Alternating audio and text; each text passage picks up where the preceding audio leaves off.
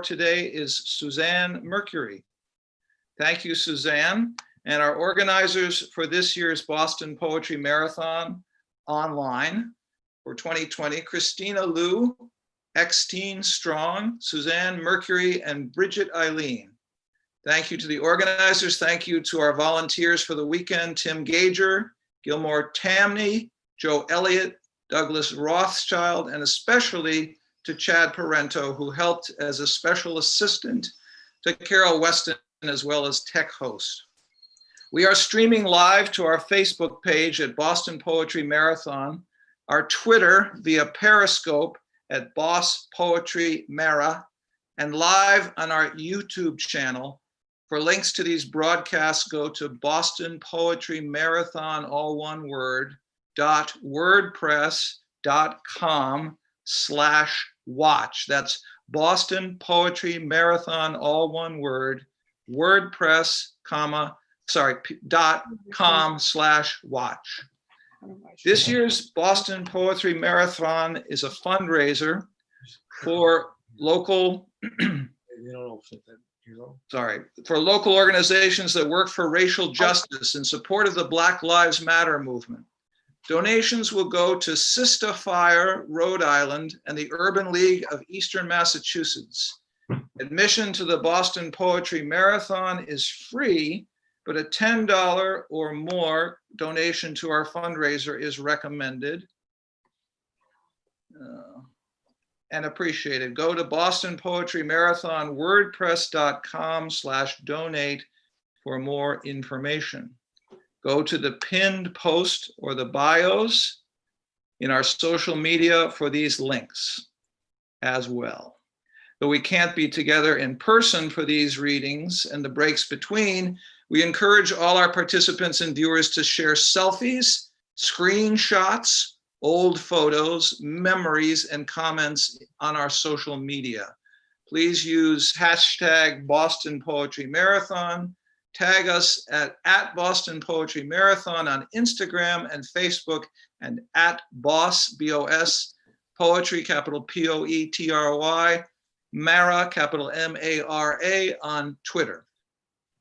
A reminder to our readers that you only have 5 minutes each, and the 5 minutes starts as soon as you begin speaking.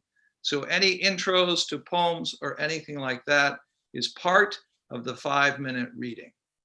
I will be timing the readings. Readers, please make sure your chat window is open right now so you can get a message from me telling you that you've got a minute left or 30 seconds left. Readers, when you have 1 minute left, I'll write 1 minute in the chat. When you have 30 seconds left, I'll write 30 seconds. At 5 minutes, I will have to interrupt you and introduce the next reader. If you finish before the 5 minutes, I will thank you and then introduce the next reader. And I'm very strict timekeeper, so don't be surprised if you get cut off. Readers, if your connection is bad during your reading, I will interrupt you to let you know. Please follow the steps in the email you were sent for fixing a bad connection. We will move on to the next reader if we have a connection problem with the current reader. Please make sure your camera is directed at your entire face, especially your mouth. And please also make sure you are well lit. And I don't mean using marijuana. I'm going to introduce the readers of the hour right now. Reader, when I say your name, please give a short greeting so we can have a sound check. All right, I'm going to see who's actually here that I can. Martha's here. Okay, so James Stotts, say hello to us. Hello. Lloyd Schwartz, say hello to us. Hi, everyone. Amy Lawless. Hello. Mary Bonina. Hi there. Martha McCollough. Hello.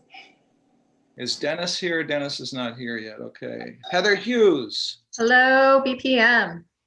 Christine Jones. Hello. I don't see January O'Neill. And Kimberly Lyons. Hi, you all. All right. So the order of the readers is what I just did. We're about to officially start the reading. So if we could have but our first reader, who is James Stotts, mute yourselves. And I'm going to actually check and make sure you are all muted. Mary Bonina, you got to mute yourself. I'm looking here. You're looking bottom left-hand corner, little microphone There it icon. is. Okay. Okay. All right. So tech hosts, please switch to speaker view and let us know that's all set. All right. Our first reader of the hour is James Stotts. Go ahead, James. Hey, thank you. Thank you to Bridget and everybody who put this together. It feels sort of like being in a digital confessional right now. This first poem is for Maria. Semi-precious, shriveled up object of my affection. The lion's den in her heart, where I was safe, believing the sudden movements in my sleep were only my tender breast healing, and hers mere preconceptions of the morning rain, standing her hairs on end. I've been working on a collaboration with Donald Wellman. Yesterday he read some of the poems that he's contributed to it. We're doing a sort of lament for our makers, and we're trying to get through the alphabet of first names, and I thought I would read a couple of those. The first one is for Ovid. Cano tristia tristis. Sad, I sing sad songs. No sign of man for miles, but cattle guards. Heat dances in the shade, limpid in the chaparral. The ghosts only take each other's calls. Olive and thistle bunch on barbed wire. In the foothills, goats traipse away from evening, turning pink again. As kids, we came to the arroyo for tadpoles after rain. Watched them grow legs, deserving of their name. Now, I let my own go. And this next one is for Robert Creeley. Creeley, before mujeres, before mujeres, we were proud. We were black ants drinking red beers. We were mornings while quartered Rocky Mountain oysters soaked in milk until they were mild. We were battered and fried before we were born. We ran in yards until we were wild.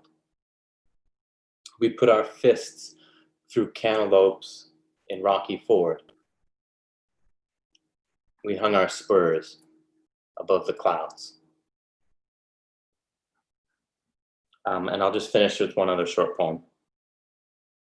You blessed me like the supraliminal logic of a smoke tree in bloom. Color no animal in nature can imitate unless it's that first hour of the dawn as it sets upon a cloud. You lay down with me with a scent on your lips, part my own. No telling what I would give you if I had anything other than my body. Cool. Thank you all very much. Thank you, Tom. Thank you, James Stotts, for a very fine reading, and thank you for reading with 3 minutes and 38 seconds. Most impressive. Thank you. Okay, the next reader up is Lloyd Schwartz. Lloyd, unmute yourself, please. I have to unmute myself. There you Hi, go. everyone. James, it's always a particular treat to be on a program with you. Suzanne, Tom, all the people doing this amazing project. Congratulations. And As always, it's just one of my happiest events to be part of the marathon. I'm actually going to read something that I wasn't planning to read, but I had some very good news this week. That is that, if you're around long enough, you might live to do a selected poems. And I have a new and selected poems. My new and selected poems was just accepted this week. It's going to be out in a year. But so I'm going to read the title poem. It's not a new poem. It's a really old poem. The title poem of that book. It's called Who's on First? And it's a series of very short dialogues between the same two people. Who's on first? You can be so inconsiderate. You are too sensitive. Then why don't you take my feelings into consideration? If you weren't so sensitive, it wouldn't matter. You really seem to care about me only when you want me to do something for you. You do too much for people. I thought you were going home because you were too tired to go with me to a bar. I was, but Norman didn't want to come here alone. I'm awfully tired. Do you mind taking the subway home? Silence. You could stay over. Silence. I'll take you home. Silence. Why do we have sex only when you want to? Because you want to have sex all the time. Relationships work when two people equally desire to give to each other. Relationships rarely work. Do you love me? Of course, but I resent it. Why aren't you more affectionate? I am. Couldn't we ever speak to each other without irony? Sure. I love you, you know. Yes, but why? Do you resent my advice? Yes, especially because you're usually right. Why do you like these paintings? What isn't there is more important than what is. Your taste sometimes seems strange to me. I'm a Philistine. A real Philistine would never admit it. I suppose you're right. Aren't you interested in what I care about? Yes, but not now. We should be more open with each other.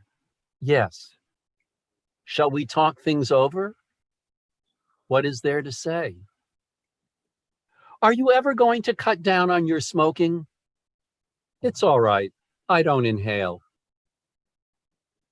Sometimes I get very annoyed with you. The world is annoying. Your cynicism is too easy. Words interfere with the expression of complex realities. Do you enjoy suffering? You can't work if you don't suffer.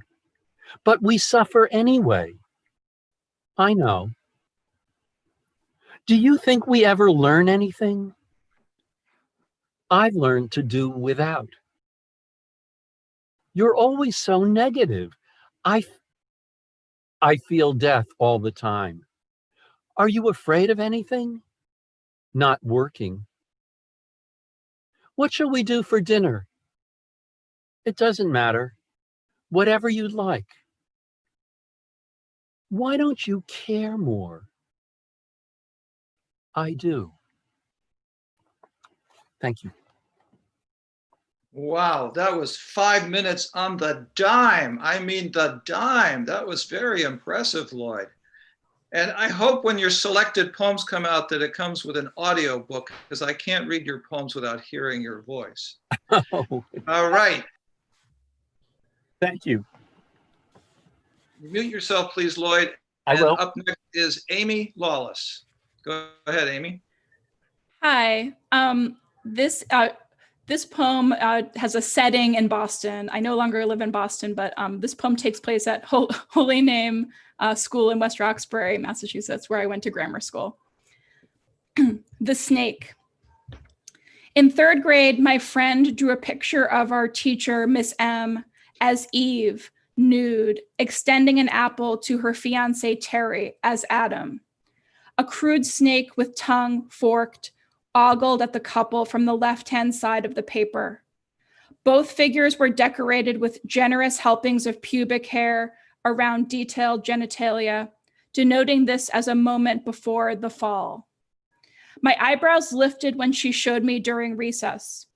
Another girl sang, "I can't believe she drew their bushes," like she'd seen a rainbow for the first time. As I stared at the picture, marveling at its biblical accuracy, I revealed my stupidity by saying, "I don't see any bushes." And the kids, a larger group now, the boys joined, gathered laughing, quite thrilled at my stupidity for not knowing slang for when pubic hair grows en masse, or the slang for anything sexual. As I looked at the drawing again, it registered that the only items resembling a shrub or clump of shrubs with stems of moderate length was that hair. Seeing the penis, breasts, armpit hair, and all that bush angered me. I wasn't sure why. Our teacher was recently engaged, and due to this announcement, her potential for nakedness was thrust into my friend's artistic imagination. Not a wonder that this was Miss M's only year teaching at our school. At the beginning of the academic year, she'd asked the parents to choose one word to describe their children. My parents chose amiable to describe me.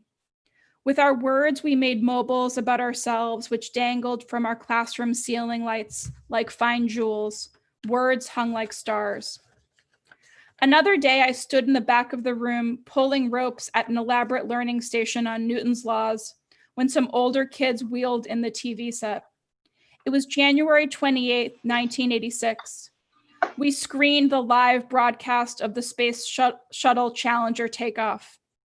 We stared with mouths open as a teacher from nearby New Hampshire shot into the sky. A camera zoomed in, attempting a steady view, but soon the smoke was a misbehaving white-hot snake dividing and curving in billowy streamers away from and also toward our Earth. Pillows of smoke bloomed against the clear blue. Miss M pushed the off button as tears pooled down her cheeks. There'd been some mistake. I craved my parents. They could explain what happened on the TV set and the crying teacher. Miss M talked about the disastrous accident, but I did not understand. I really believed she wanted to show us something horrific, hand us some kind of fruit. In the back of the room, I pulled a rope, and yet another rope descended, holding a clue about causality for my worksheet on Newton's laws. Was Eve supposed to eat that fruit or hand it to Adam?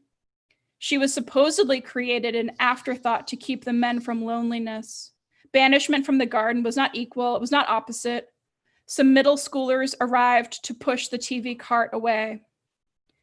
My friend was suspended for a few days from school for drawing hair and some sex organs, for expressing some vulgar truth. When she returned days later, she was quieter and wore ruddy cheeks. She did not invent the apple or the snake.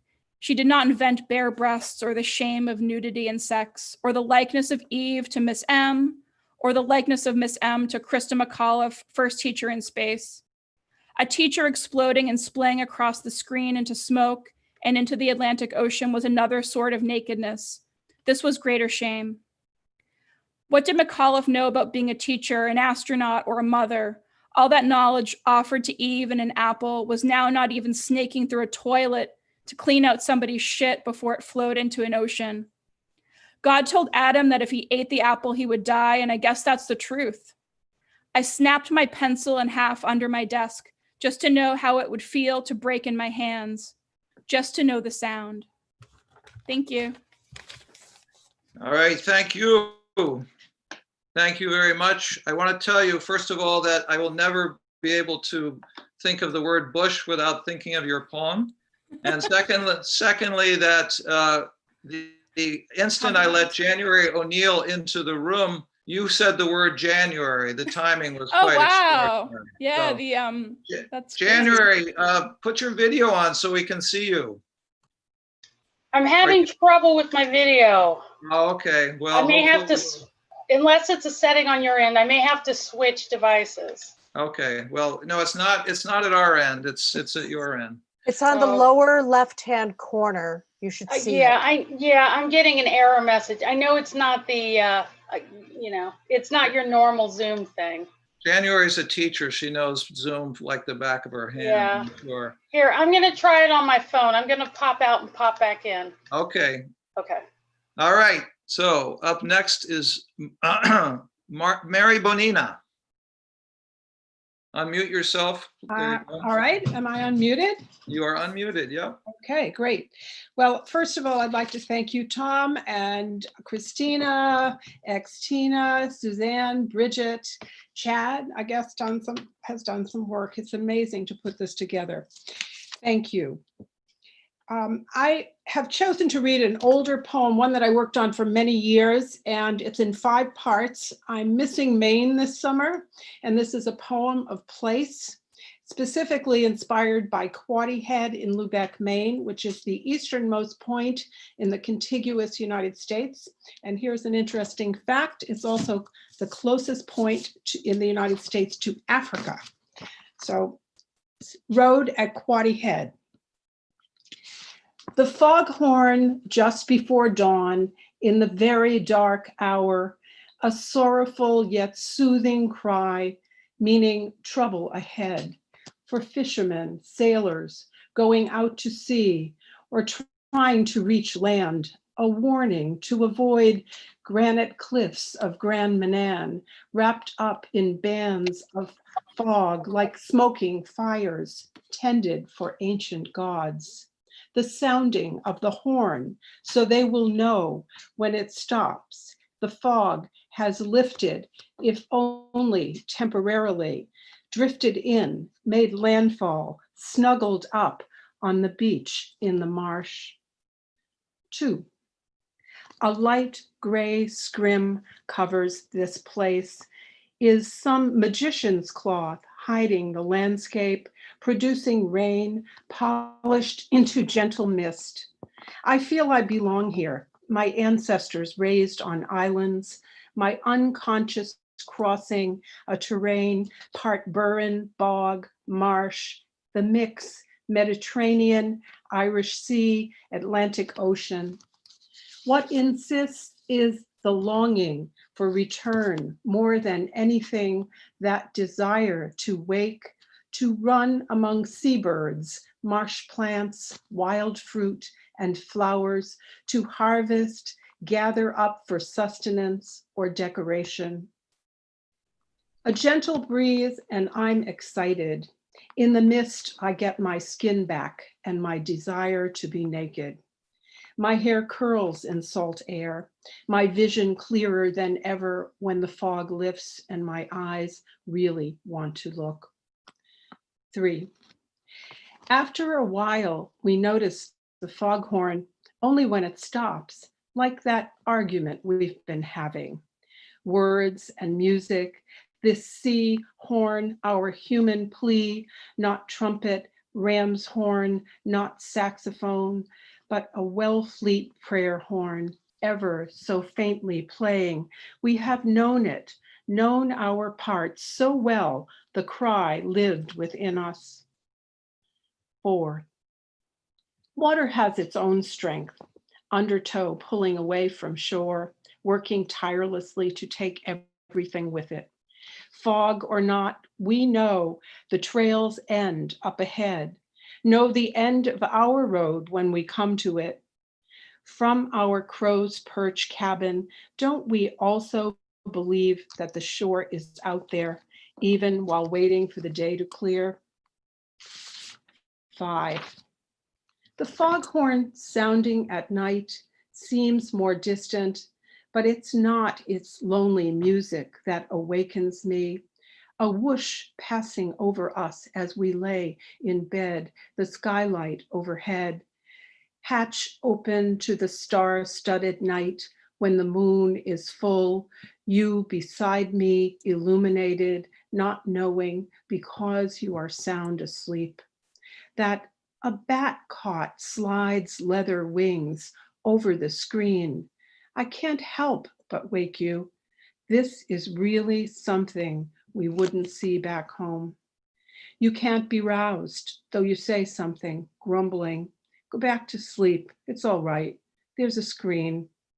But I wasn't afraid. It made me sit up and think we might look at it together. You stay, though, in your own fog. You dream exhausting dreams, and the bat slides over us, then is gone, lost only seconds from a swirl of them as they swooped by to roost somewhere under the eaves. Thank you. Well, thank you very much for that beautiful reading. And I'm going to say that in addition to your very strong images, I learned something that I never would have guessed, which is that someplace in Maine is the closest point to Africa. So poetry is always a learning experience. And thank you for that lesson. You're welcome, Tom. All right. And thank you guys. You all are doing a wonderful job of staying within the time. I really appreciate it. I haven't had to interrupt anybody. So Martha McCollough, you're up next. Please unmute yourself.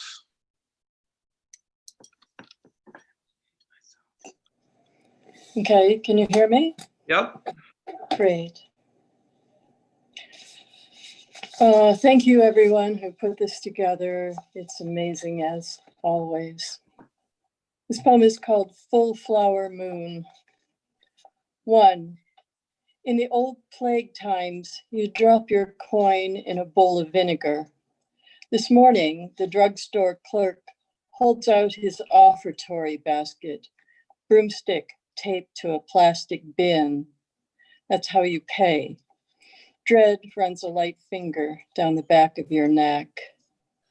Later, rain comes down hard on a speechless evening. 2. Cut hyacinth opening in a glass, sweet, but with undertones of death. Like a saint's miraculous corpse. You wouldn't say it looked fresh exactly. Around it, the shrine grown old, a little dank, mystery of sameness in time, where candles lit by tourists smoke the Tintoretto ceiling. Surely by now, the reliquary gems are secretly glass. Studying her crystal, the oracle sees such a little way into futurity. She says, undertones of death. Coy, of course, about details like just exactly who, what, or how the rest will know it's time to creep from their dens, reappear like angels, bleached of experience, damp-winged and blinking in the uncomfortable light of strangers' eyes. 3. May's full moon shines like a stranger on unseasonable snow, here to freeze the seedlings you tenderly planted. Meanwhile, in their glass jar, the hyacinths stand at attention, then suddenly flop, neck broken. Lord, how vain are all our frail delights. This poem is called All These Omens. Comets and a crowing hen, Antichrist squatting in the seat of power. The century's logo, a goofball doggy, red tongue dangling sideways, XX for its eyes. Trash fire burning mid-street. Is this fine? Maybe long oblivion can erase our embarrassment, or do I mean shame? I mean, can you tell the Ostrogoths from the Visigoths, keep the dull presidents straight? No, just throw us what's his name, the emperor's head, in a basket. Wild spring, I wish I were with you, floating like smoke through tear gas streets, as above us all the home-come chickens weigh the branches into downward arcs, every tree in the park weeping. You said, as the dream of every cliche is to enter a poem, so the dream of every lie is to slither into history, to burst, a grimacing cartoon bomb, a rocket aiming straight for the full moon's eye. And I have a short poem about the last days of Sei Shonagon. No one really knows what happened to her after she left the court. It's called The Terrible Old Woman. I keep both your love poem and your offhand note. One night, all the gentlemen of the court chanted my verse. If I die in a wretched hovel, alone, I will have had it coming. So my rivals say, and it's true, I am a little heartless. To think of people I've mocked takes the edge off hunger. I may or may not be an outcast, selling old rags and bones, but your poems were always awful and your handwriting bad. Thank you. Thank you, Martha. And I had two experiences, well, many experiences, but one was a revelation, which is that they didn't teach me in Confraternity of Christian Doctrine and when I was a young Catholic, that angels get bleached from experience. I thought that was pretty amazing. And something that I will confirm happens is that the dream of every cliche is to enter a poem. I can assure you that is a reality. So thank you, Martha. Dennis has not arrived, has he? So we're gonna have to skip Dennis. So up next, Hughes. Heather Hughes. Hello, all. I am going to read a poem from 2014 in 8 parts. It's called Atlantis. 1. Long before the sinking came the chanting. Long before the armaments came fear. Long before the terrible phosphorescence of the sea floor came the singular lamp that leads to the serrated pit. We haven't the light to see how we got here. We equip, we extinguish. Some men get blessings and tear gas grenades go forth. Certain others get occasional graves. Go. 2. Guards lack mercy and music. They tromp through the garden of acid white statues. Before our city sank, roses, not yet memorials, and our lungs unliquid, we strutted, we swelled, and we swore, as befit the living. No, we said, no one owns our dead. 3. Other nations painted pluses onto highway lines like shields, not us. Our warriors crossed an ocean named for a shouldered burden, tightened obedience straps, mumbled careful, yes, sir, camouflage. Our streets flashed minus, minus, minus. Water seeped through asphalt. A world's weight is salt water, and we an afterthought. 4. Convenience, ammunition. To no one will, assurance, smoke bomb. We sell to no one, placation, escalation, enforced, deny, submerged. Lockdown, black, or delay, right, tactical team, brown, or justice, routine, dead. 5. Shock, distract, apocalypse, attract, law cautions, restraint. Can't breathe, can't rain, can't sky. We turn down the news, show up to drown. Law demands surrender. Protest, pray. Hands, guns, names cropped from frame. 6.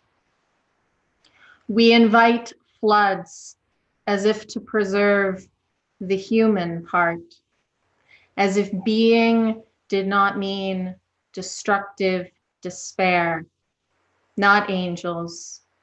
Men with wings survive inside monsters, light breaking. At sunrise, we sift glass.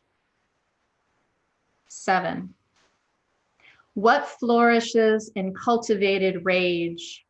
We fortify the walls nested inside our walls. We rig the bridges to collapse. We believe the neat division of predator and predator. What is it that thrives in our interior seas? Swallow, we hear. Swallow, we swallow. 8. In Atlantis, concentric circles kept kings separate. Wisdom, armed and vigilante. Sea and fire, equal ravagings. Whatever it meant violently. Justice, mud and grave marker. In Atlantis, we allow this devouring. Can't raise our dead by name. Whatever we meant violently. Thank you all. Thank you very much. A very fine poem in 8 parts, and you got it all done before the limit, so thank you. I want to say that I don't think I've ever read or heard a switch from the quotidian to the sublime that goes as quick as from we turn down the news to show up to drown. That was a pretty amazing moment. Thank you. Thank you for that.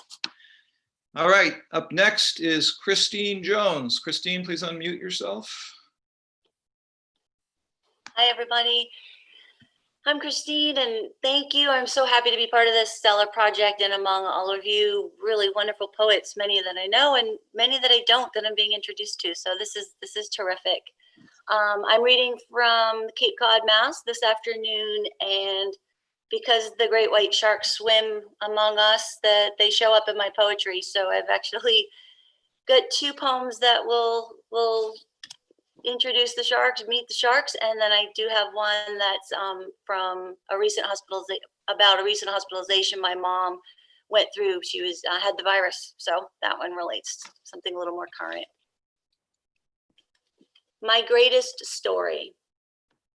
A great white shark beside me, long and lean, not mean at all, 3 times my size and handsome. I touch him, look into the soundless lock of his eye, tell him you ain't no Jaws, though I shake inside. Could punch him, but I like him. His gliding fin, gills, teeth crowded in rows. We move together until he's gone.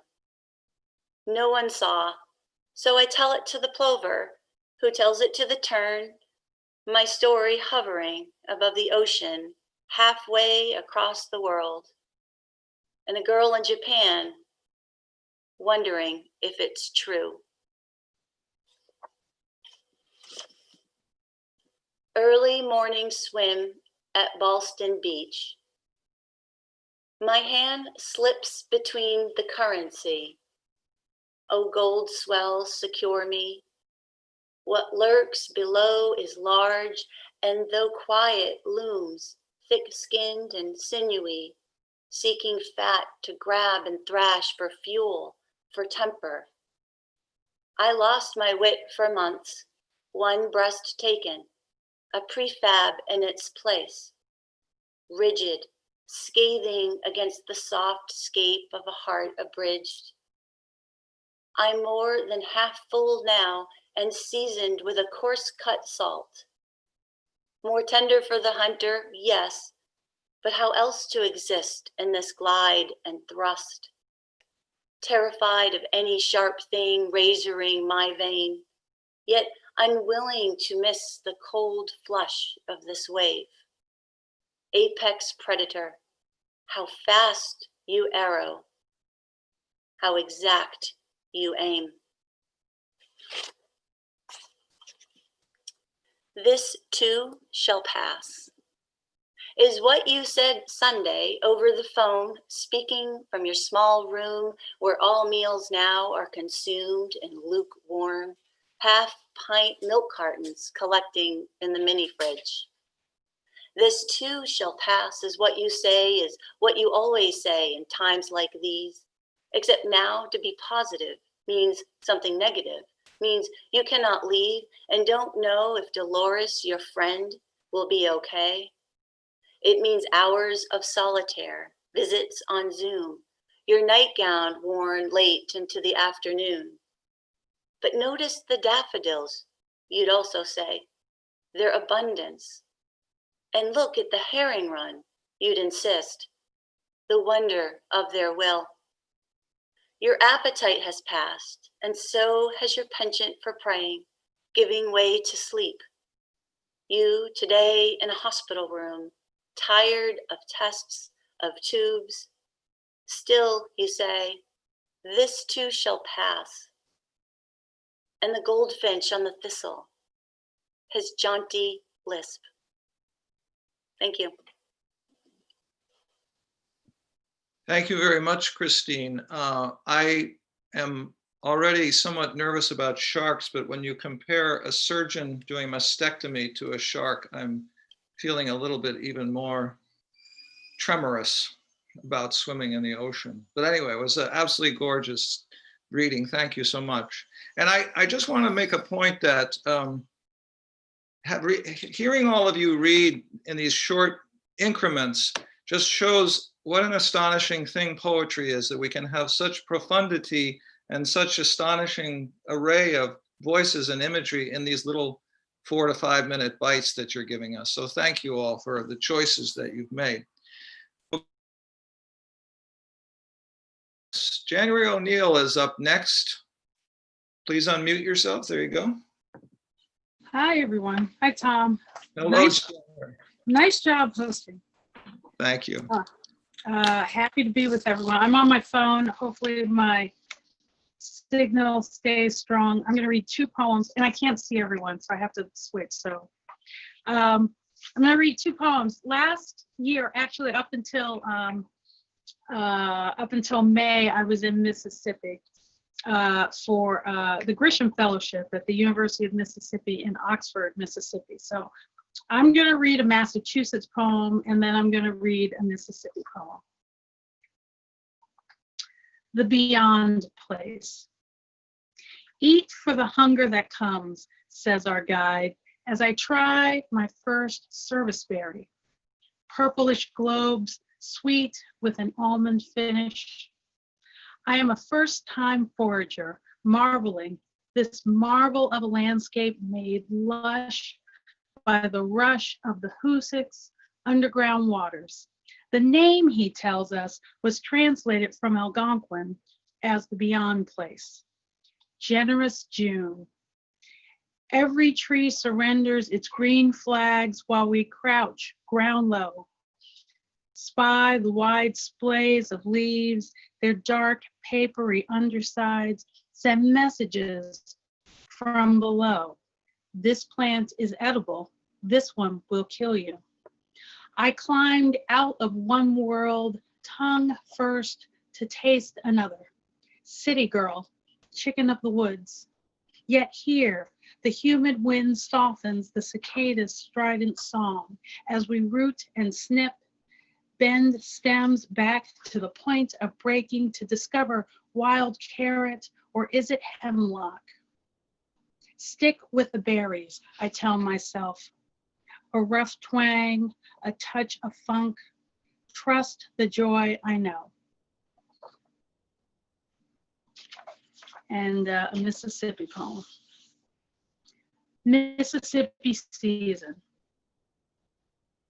He says I hold my mind well, likes that I put my kids first, and have never tried drugs. The lilt in his southern drawl intoxicates me.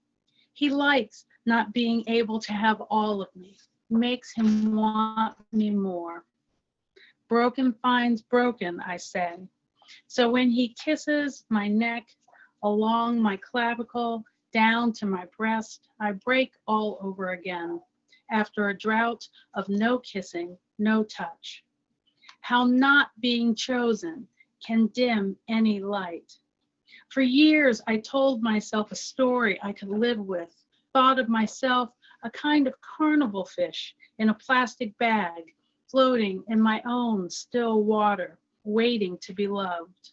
Dumb luck that someone flips a red ring on the mouth of a glass jar, and just like that, I am kissing again. Kissing a man so luminous, so beautifully flawed, I can barely look at him. And my mind, done with all its stories, turns to the carnal as I rim the hinge of his lips with my tongue and dive into this quenching. Thank you. Thank you. That was extraordinary. I want to ask you, January, in the very first poem that you read, the very first line, there's an exhortation which I found really extraordinary, and I want to make sure I understood it correctly. Eat for the hunger that comes. Is that right? Is that what the guide said? That's, Is that right? Yeah. Okay. yes, you did. That's one of the most beautiful exhortations in poetry. It's what Calvin Bedian said about Jory Graham's poems, that they are Bible colored. So your guide had a sort of biblical sense to her or him. Anyway, thank you very much. Thanks, Okay, Dennis Nurkse never showed up, did he? So I guess we're going to just end today's reading. We got to everybody except Kimberly Lyons, right? I didn't miss anybody, did I? Okay, so Kimberly Lyons is up next. Please unmute yourself. Thank you, Tom and Bridget, Christine, Xtina, and Suzanne. Room from March 2019. Today is citrine and splintered, a ghost, illuminated and liquefied disguise. I saw a gleaming gold mosaic leopard by the stairs, and by the moving dark triad, the embellished, apparitional, cracked pistachio green wall, the shadow's black comb, remnant of a structure, the serpentine frame, a thick hardened field. An empty green notebook on my lap is a negative pool I scry until a convex lens shape emerges as an entity in a throng, an oblong stitch that offers entry inside the quadrangle. A dematerialized glint intersects the globular. Now tendrils twine the exoskeleton of what we superseded. Am I in the ravine now? I think and write. Is the cosmos a room contorted in every dimension, knit and folded into shape? Shimmering, hovers, a solidified cloak. A room in the room are train passes, orange modular platforms, the dirty bricks glued intervals, the shining curved names. I saw number 125 in indigo italic script amid terracotta vines that weirdly embrace. March sunlight, historical and overly bright. Among the tunnels are massed particles that sparkle. R is the phantom, the insistent is, which realizes itself as a semblance. The locks doors of the linked boxes by a conductor of our travel. This is the fairy triple changing bouquet from March 7th, 2020. If you like visible, good, clean magic, a splendid interlude, wrap your wand in a small sheet of paper, twist the ends. Your hand contains the solid cubes of salt. Your other hand is an orange distinct shadow. The magic mirror is suspended in midair as all curtains fly up after the trick miser's dream is totally vanished through a hole in the cloth. You suddenly crush the bag, and yet the visible light bulb, doll clothes, birdcage, anything desired, storm cloud, moon man, an egg, a lemon, doves, gleaming particles that shimmer returning from the Orient, a clear polygon-shaped crystal jar, a 5-page manuscript, effects and uses emerge. At first, clinging to your fingertips with animal magnetism, then a transparency takes place. Nothing is returned to nothing. Substance with depth and form, proverbial pancake, flat rabbit, beautiful, that gleaming modern alarm clock. Don't confuse this with cheap copies of the rubber band. Their content delivered by a telegraphic wireless device. Their content delivered by a wireless device. A piece of cartridge paper open at both ends is real and very much alive. Comes from the glass as a lady in bright Egyptian attire soars into space. She conjured without an assistant, enabled the working from inside it only takes a few seconds. Her hands poured a quantity of water and a mouth becomes the goblin tube. Then, licking the ribbon, a vanishing slip of paper. Hold them in your hand. Borrow a match, for your attention is performing 20 artful illusions, and by pressure, incomprehensibility, seeking refinement, self-working apparatus evokes the ghosts. They want to see both doors at the same time.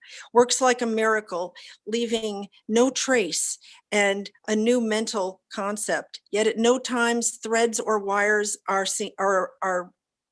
viewed. The fairy stand of flowers, perfectly solid, shown perfectly empty, answers the question. No transparency, no rough and smooth, clearly mental. Emily, carnival of novelties dissolving, a borrowed hat filled with milk, unlinked in a mysterious manner, says, I'll start again. A large silk wheel, the color star dice of celestial laundrymen, torn and restored. Thank you. Thank you. That was beautiful. Kimberly Lyons. So I wanted to, I'm always looking for an epitaph for my tombstone, and I thought dematerialized glint would be perfect. That's what I'll start again. And I also wanted to say that people complain about adjectives, but how could anybody complain about a trio like embellished, cracked, and pistachioed? That was just marvelous. Thank you. All right, well, thank you to all of the readers. It was wonderful to hear all of you. Thank you so much also for staying close to the time. It was really, you made my job very easy, and it was just terrific to hear all of your work. So the next hour, which I don't know if it'll start right away, but we'll be starting shortly, features Joey Gould, Sarah Pearlstein, Philip Hasouris, Eileen Cleary, Danielle Legros-Georges, Robert Gamble, Louis Friedman, Nada Gordon, and Tracy Marks. So I hope you will all find the link to that reading on the Boston Poetry Marathon Facebook page. We don't have a continuous Zoom meeting here. You gotta find the next one. So I wanna, before we close, I just wanna make a special pitch of gratitude for the work that Suzanne, Mercury, and Bridget, Eileen have done to put this together. Ever since they have taken over the Boston Poetry Marathon, which was always a wonderful event, they have transformed it into an event that is inclusive, diverse, friendly, and at least until the era of the pandemic, the best food around, in a way that, I mean, I'm not saying that the other Boston Poetry Marathons didn't have aspects of that, but they have amplified and accentuated those aspects. And I'm so happy to be able to participate in this. If it weren't for their efforts, this never would have happened. And believe me, they have put probably thousands of hours into this year's event. Thank Anyway, you. thank you. Tom. You're wonderful and you've done a great job. Thank you, everyone. Thank you, Suzanne.